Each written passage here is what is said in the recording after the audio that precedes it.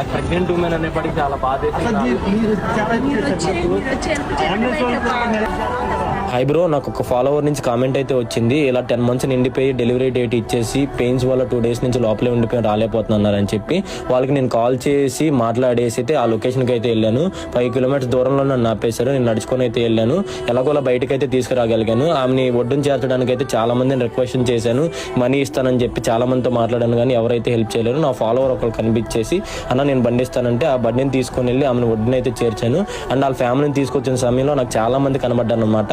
అయితే ట్రాక్టర్ ఆయనతో మాట్లాడి మొత్తాన్ని తీసుకొచ్చి ఒడ్డు చేర్చాను. అంబులెన్స్ ఆయనతో మాట్లాడేసి పెద్ద హాస్పిటల్కి అయితే తీసుకెళ్ళాను అనమాట.